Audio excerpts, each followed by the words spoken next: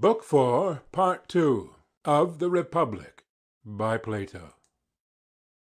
This recording is in the public domain. Read by Bubnefeld. Here I saw something. "Hullo," I said, "I begin to perceive a track, and I believe that the quarry will not escape." "Good news," he said. "Truly," I said, "we are stupid fellows." "Why so?" "Why, my good sir, at the beginning of our inquiry, ages ago, there was justice tumbling out at our feet, and we never saw her. Nothing could be more ridiculous. Like people who go about looking for what they have in their hands. That was the way with us. We looked not at what we were seeking, but at what was far off in the distance, and therefore, I suppose, we missed her." "What do you mean?" "I mean to say that in reality, for a long time past we have been talking of justice, and have failed to recognize her." "I grow impatient at the length of your exordium." "Well, then, tell me," I said, "whether I am right or not. You remember the original principle which we were always laying down at the foundation of the state, that one man should practice one thing only, the thing to which his nature was best adapted. Now, justice is this principle, or a part of it." "Yes, we often said that one man should do one thing only." "Further, we affirmed that justice was doing one's own business, and not being a busybody. We said so again and again, and many others have said the same to us." "Yes, we said so." "Then to do one's own business in a certain way may be assumed to be justice. Can you tell me whence I derive this inference?" "I cannot, but I should like to be told." "Because I think that this is the only virtue which remains in the state when the other virtues of temperance and courage and wisdom are abstracted, and that this is the ultimate cause and condition of the existence of all of them, and while remaining in them is also their preservative. And we were saying that if the three were discovered by us, justice would be the fourth or remaining one." "That follows of necessity." "If we are asked to determine which of these four qualities by its presence contributes most to the excellence of the state, whether the agreement of rulers and subjects, or the preservation in the soldiers of the opinion which the law ordains about the true nature of dangers, or wisdom and watchfulness in the rulers, or whether this other which I am mentioning, and which is found in children and women, slave and freeman, artisan, ruler, subject, the quality, I mean, of every one doing his own work, and not being a busybody, would claim the palm, the question is not so easily answered." "Certainly," he replied, "there would be a difficulty in saying which." "Then the power of each individual in the state to do his own work appears to compete with the other political virtues, wisdom, temperance, courage." "Yes," he said. "And the virtue which enters into this competition is justice?" "Exactly." "Let us look at the question from another point of view. Are not the rulers in a state those to whom you would entrust the office of determining suits at law?" "Certainly." "And are suits decided on any other ground but that a man may neither take what is another's, nor be deprived of what is his own?" "Yes, that is their principle." "Which is a just principle?" "Yes." "Then on this view also, justice will be admitted to be the having and doing what is a man's own and belongs to him?" "Very true." "Think now, and say whether you agree with me or not. Suppose a carpenter to be doing the business of a cobbler, or a cobbler of a carpenter, and suppose them to exchange their implements or their duties, or the same person to be doing the work of both, or whatever be the change. Do you think that any great harm would result to the state?" "Not much." "But when the cobbler or any other man whom nature designed to be a trader, having his heart lifted up by wealth or strength or the number of his followers, or any like advantage, attempts to force his way into the class of warriors, or a warrior into that of legislators and guardians, for which he is unfitted, and either to take the implements or the duties of the other, or when a man is trader, legislator, and warrior all in one, then I think you will agree with me in saying that this interchange and this meddling of one with another is the ruin of the state. Most true. Seeing, then, I said, that there are three distinct classes, any meddling of one with another, or the change of one into another, is the greatest harm to the state, and may be most justly termed evil-doing. Precisely. And the greatest degree of evil-doing to one's own city would be termed by you injustice? Certainly. This, then, is injustice, and on the other hand, when the trader, the auxiliary, and the guardian each do their own business, that is justice, and will make the city just. I agree with you. We will not, I said, be over-positive as yet. But if, on trial, this conception of justice be verified in the individual as well as in the state, there will be no longer any room for doubt. If it be not verified, we must have a fresh inquiry. First, let us complete the old investigation, which we began, as you remember, under the impression that, if we could previously examine justice on the larger scale, there would be less difficulty in discerning her in the individual. That larger example appeared to be the state, and accordingly we constructed as good a one as we could, knowing well that in the good state justice would be found. Let the discovery which we made be now applied to the individual. If they agree, we shall be satisfied, or if there be a difference in the individual, we will come back to the state and have another trial of the theory. The friction of the two, when rubbed together, may possibly strike a light in which justice will shine forth, and the vision which is then revealed we will fix in our souls. That will be in regular course. Let us do as you say. I proceeded to ask, when two things, a greater and less, are called by the same name, are they like or unlike in so far as they are called the same? Like, he replied. The just man, then, if we regard the idea of justice only, will be like the just state? He will. And a state was thought by us to be just when the three classes in the state severally did their own business, and also thought to be temperate and valiant and wise by reason of certain other affections and qualities of these same classes. True, he said. And so of the individual. We may assume that he has the same three principles in his own soul which we find in the state, and he may be rightly described in the same terms, because he is affected in the same manner. Certainly, he said. Once more, then, O my friend, we have alighted upon an easy question, whether the soul has these three principles or not. An easy question. Nay, rather, Socrates, the proverb holds that hard is the good. Very true, I said, and I do not think that the method which we are employing is at all adequate to the accurate solution of this question. The true method is another and a longer one. Still, we may arrive at a solution not below the level of the previous inquiry. May we not be satisfied with that? He said. Under the circumstances, I am quite content. I, too, I replied, shall be extremely well satisfied. Then faint not in pursuing the speculation, he said. Must we not acknowledge, I said, that in each of us there are the same principles and habits which there are in the state, and that from the individual they pass into the state? How else can they come there? Take the quality of passion or spirit. It would be ridiculous to imagine that this quality, when found in states, is not derived from the individuals who are supposed to possess it. For example, the Thracians, the Scythians, and in general the northern nations, and the same may be said of the love of knowledge, which is the special characteristic of our part of the world, or the love of money, which may, with equal truth, be attributed to the Phoenicians and Egyptians. Exactly so, he said. There is no difficulty in understanding this.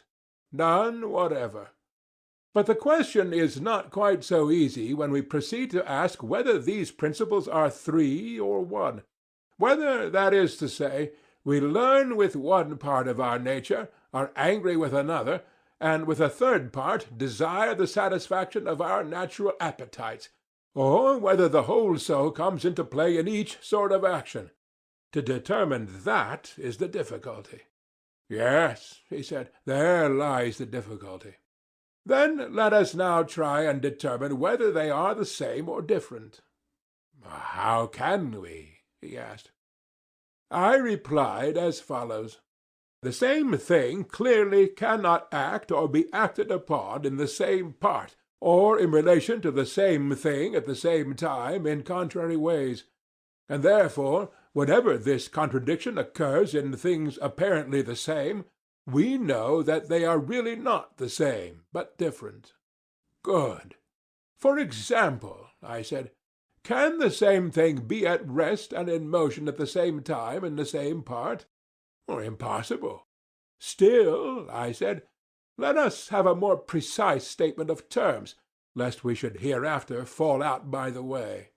Imagine the case of a man who is standing and also moving his hands and his head, and suppose a person to say that one and the same person is in motion and at rest at the same moment. To such a mode of speech we should object, and should rather say that one part of him is in motion while another is at rest. Very true. And suppose the objector to refine still further, and to draw the nice distinction that not only parts of tops, but whole tops, when they spin round with their pegs fixed on the spot, are at rest and in motion at the same time, and he may say the same of anything which revolves in the same spot, his objection would not be admitted by us, because in such cases things are not at rest and in motion in the same parts of themselves. We should rather say that they have both an axis and a circumference, and that the axis stands still, for there is no deviation from the perpendicular, and that the circumference goes round.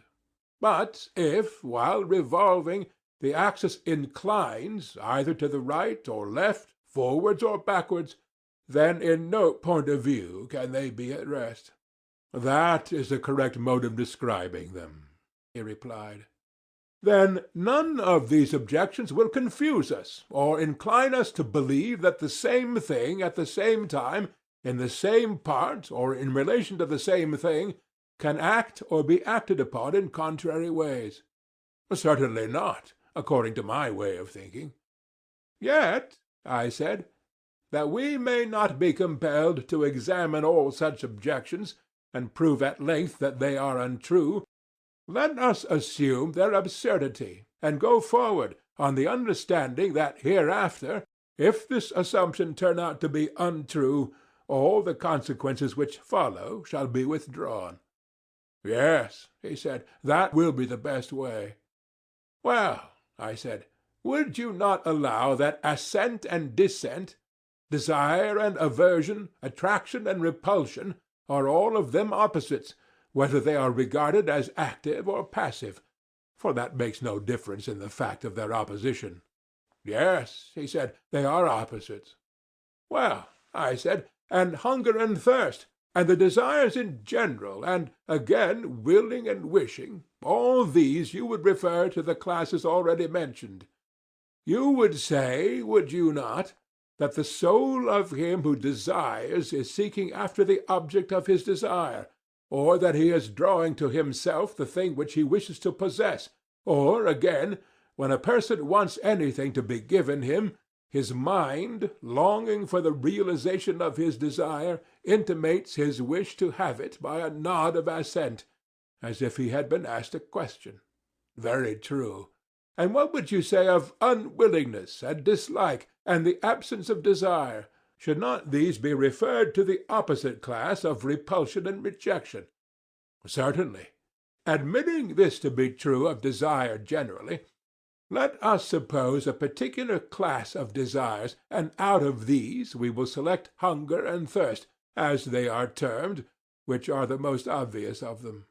Let us take that class, he said. The object of one is food, and of the other drink. Yes. And here comes the point.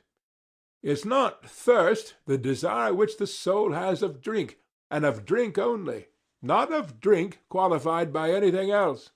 For example, warm or cold, or much or little, or, in a word, drink of any particular sort. But if the thirst be accompanied by heat, then the desire is of cold drink, or if accompanied by cold, then of warm drink. Or if the thirst be excessive, then the drink which is desired will be excessive, or if not great, the quantity of drink will also be small. But thirst, pure and simple, will desire drink pure and simple, which is the natural selection of thirst, as food is of hunger. Yes, he said, the simple desire is, as you say, in every case of the simple object, and the qualified desire of the qualified object.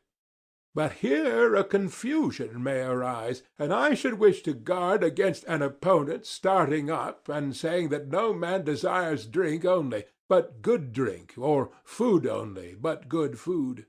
For good is the universal object of desire, and thirst, being a desire, will necessarily be thirst after good drink, and the same is true of every other desire. Yes, he replied, the opponent might have something to say. Nevertheless, I should still maintain that of relatives some have a quality attached to either term of the relation, others are simple and have their correlatives simple. I do not know what you mean. Well, you know, of course, that the greater is relative to the less? Certainly. And the much greater to the much less? Yes.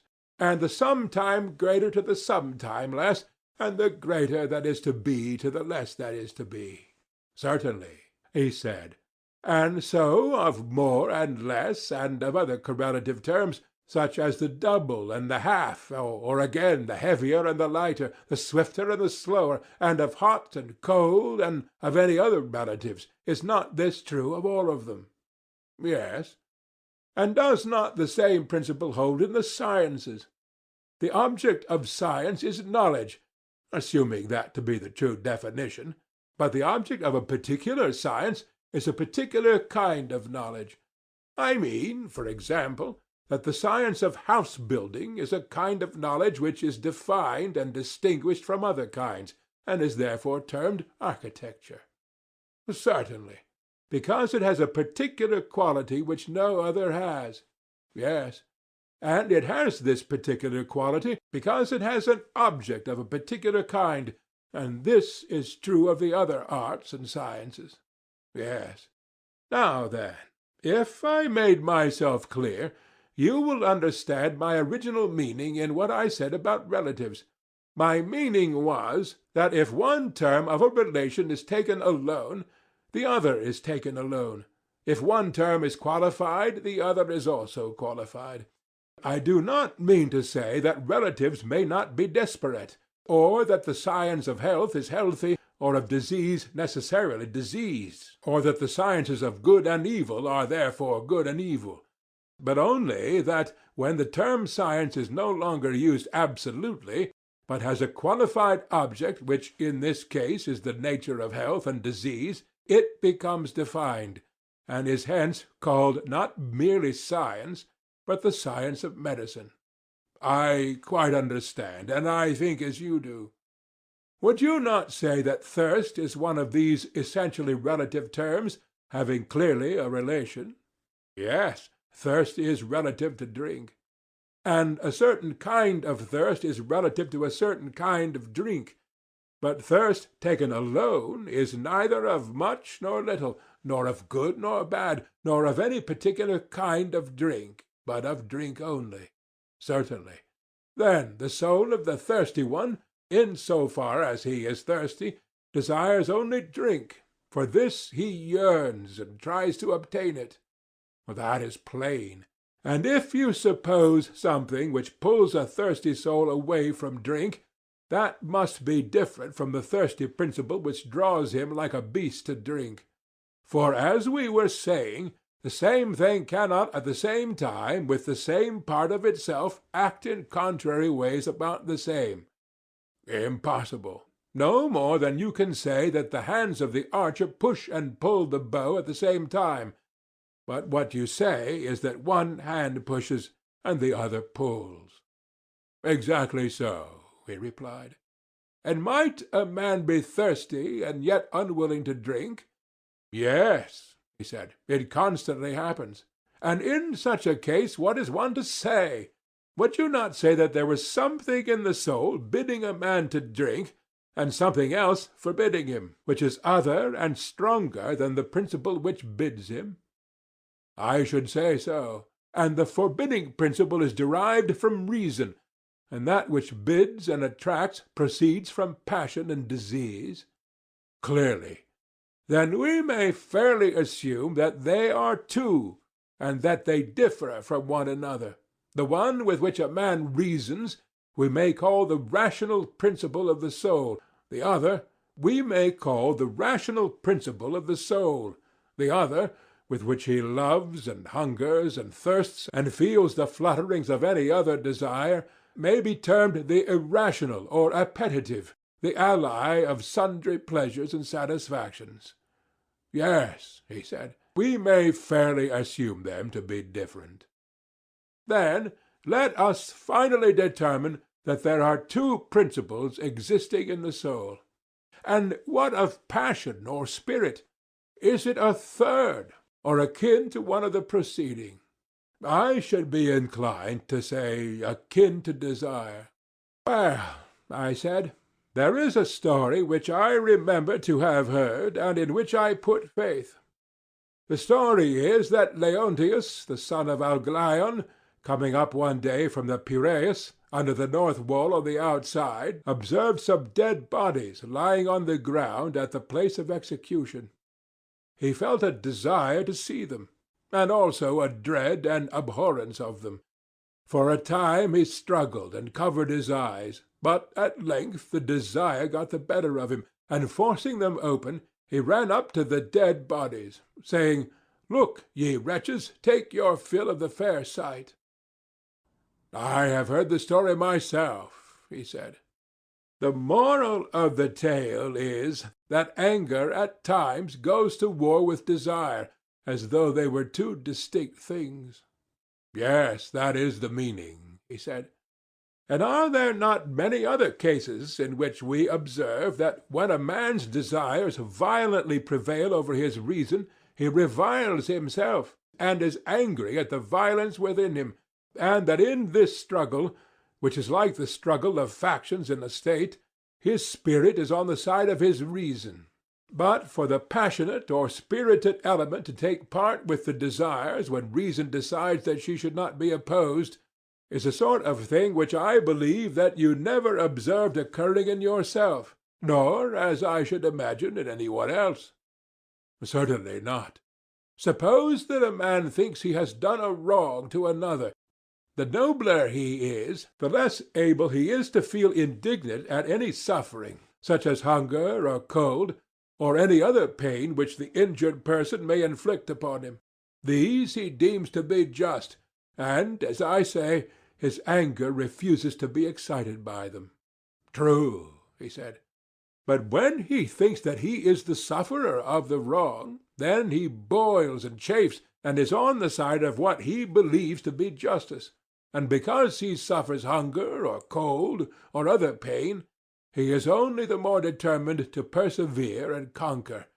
His noble spirit will not be quelled until he either slays or is slain, or until he hears the voice of the shepherd, that is, reason, bidding his dog bark no more." "The illustration is perfect," he replied, "and in our state, as we were saying, the auxiliaries were to be dogs, and to hear the voice of the rulers, who are their shepherds." "I perceive," I said, "that you quite understand me. There is, however, a further point which I wish to consider." "What point?" "You remember that passion or spirit appeared at first sight to be a kind of desire.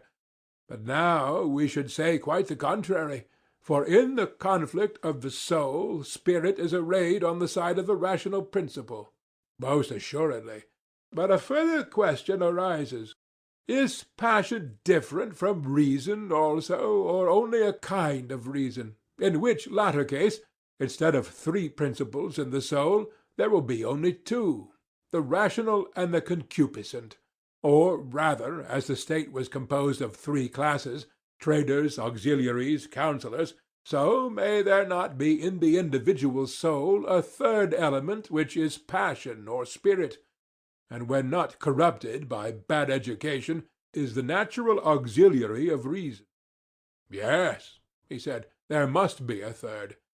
Yes, I replied, if passion, which has already been shown to be different from desire, turns out also to be different from reason. But that is easily proved. We may observe even in young children that they are full of spirit almost as soon as they are born, whereas some of them never seem to attain the use of reason, and most of them late enough. Excellent, I said. And you may see passion equally in brute animals, which is a further proof of the truth of what you are saying. And we may once more appeal to the words of Homer, which have already been quoted by us. He smote his breast, and thus rebuked his soul. For in this verse Homer has clearly supposed the power which reasons about the better and worse to be different from the unreasoning anger which is rebuked by it. Very true, he said. And so, after much tossing, we have reached land, and are fairly agreed that the same principles which exist in the state exist also in the individual, and that they are three in number. Exactly. Must we not then infer that the individual is wise in the same way, and in virtue of the same quality which makes the state wise? Certainly. Also, that the same quality which constitutes courage in the state constitutes courage in the individual, and that both the state and the individual bear the same relation to all the other virtues? Assuredly. And the individual will be acknowledged by us to be just in the same way in which the state is just? Well, that follows, of course. We cannot but remember that the justice of the state consisted in each of the three classes doing the work of its own class. We are not very likely to have forgotten, he said. We must recollect that the individual in whom the several qualities of his nature do their own work will be just, and will do his own work. Yes, he said, we must remember that too. And ought not the rational principle, which is wise and has the care of the whole soul, to rule, and the passionate or spirited principle to be the subject and ally? Certainly. And, as we were saying, the united influence of music and gymnastic will bring them into accord, nerving and sustaining the reason with noble words and lessons, and moderating and soothing and civilizing the wildness of passion by harmony and rhythm. Quite true, he said. And these two, thus nurtured and educated, and having learned truly to know their own functions, will rule over the concupiscent, which in each of us is the largest part of the soul, and by nature most insatiable of gain. Over this they will keep guard, lest, waxing great and strong with the fullness of bodily pleasures, as they are termed, the concupiscent soul, no longer confined to her own sphere, should attempt to enslave and rule those who are not her natural-born subjects, and overturn the whole life of man. Very true, he said. Both together will they not be the best defenders of the whole soul and the whole body against attacks from without, the one counselling, and the other fighting under his leader, and courageously executing his commands and counsels? True. And he is to be deemed courageous whose spirit retains in pleasure and in pain the commands of reason about what he ought or ought not to fear. Right, he replied. And him we will call wise who has in him that little part which rules and which proclaims these commands, that part too being supposed to have a knowledge of what is for the interest of each of the three parts and of the whole. Assuredly.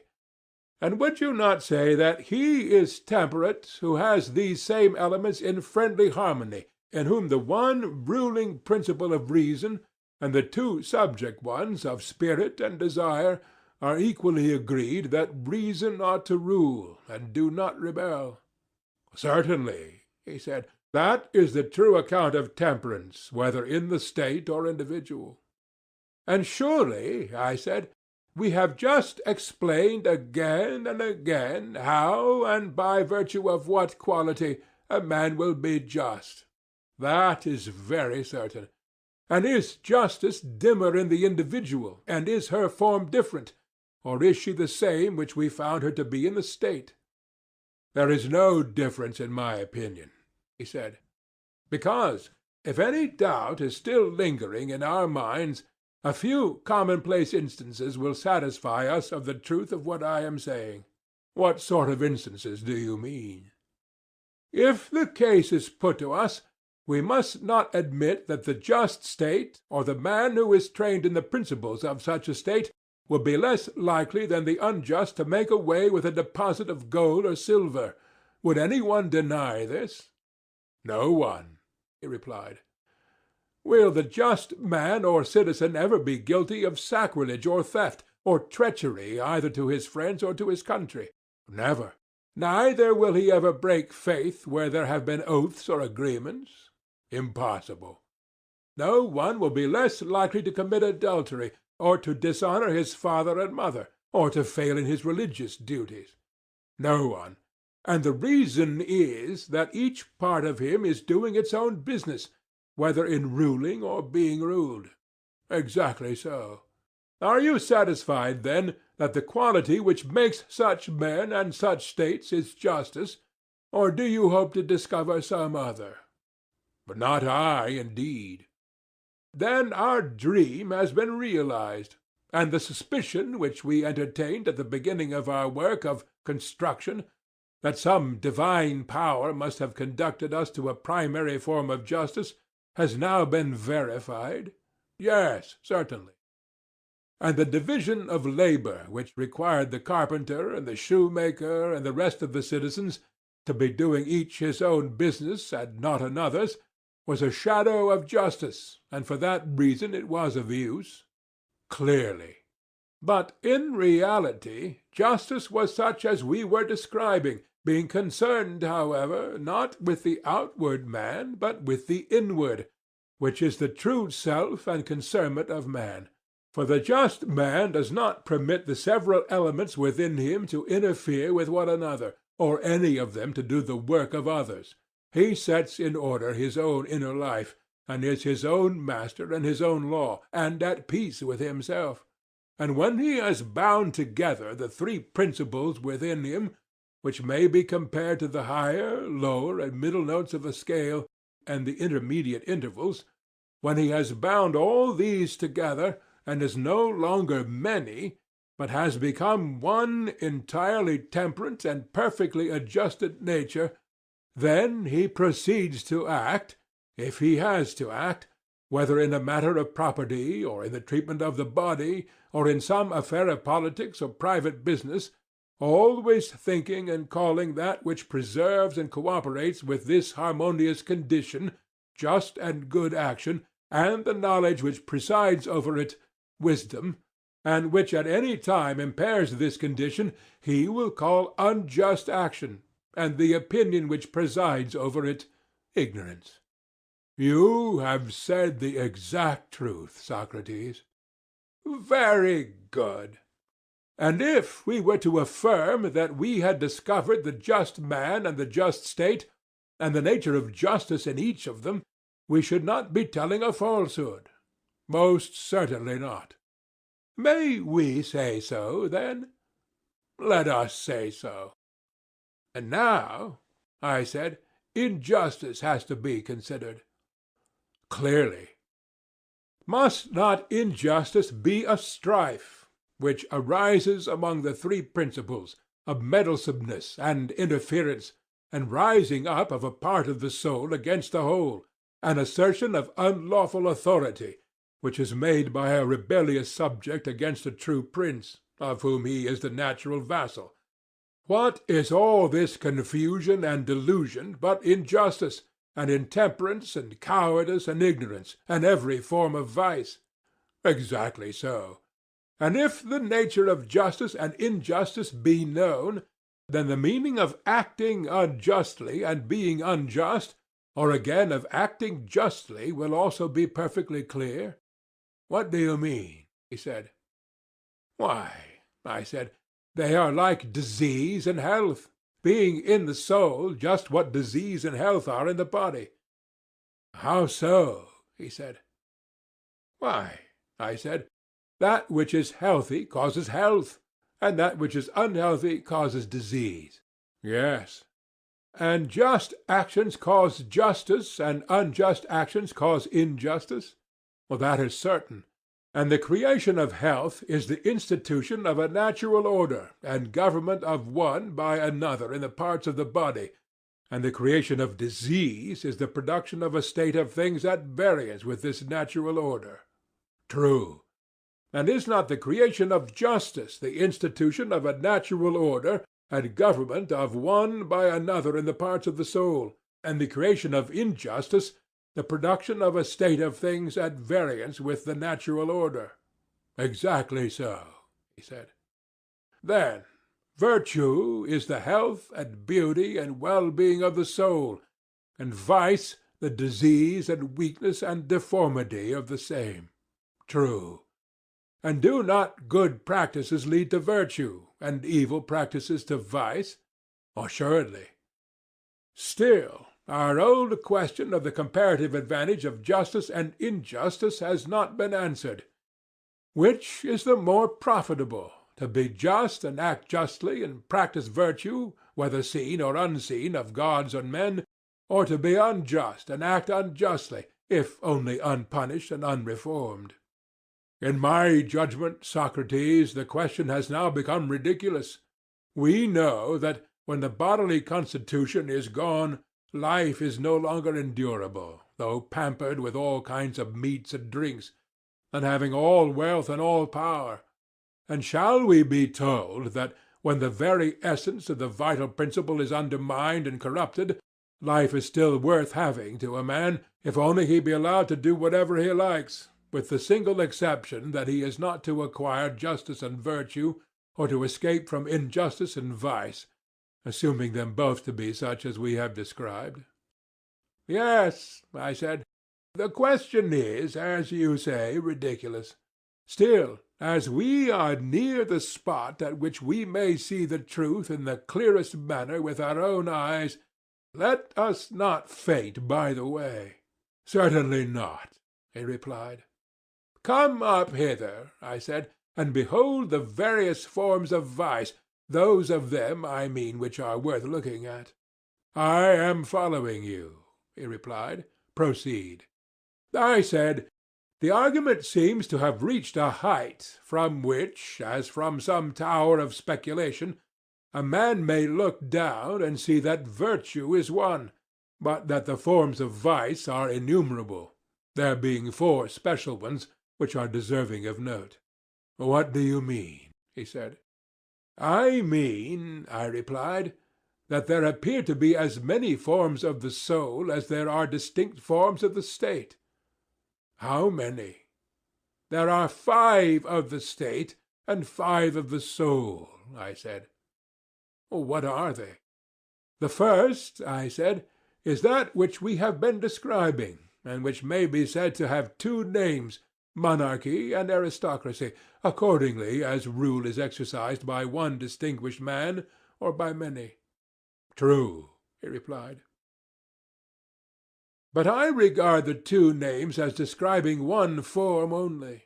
For whether the government is in the hands of one or many, if the governors have been trained in the manner which we have supposed, the fundamental laws of the state will be maintained. That is true, he replied. End of Book 4.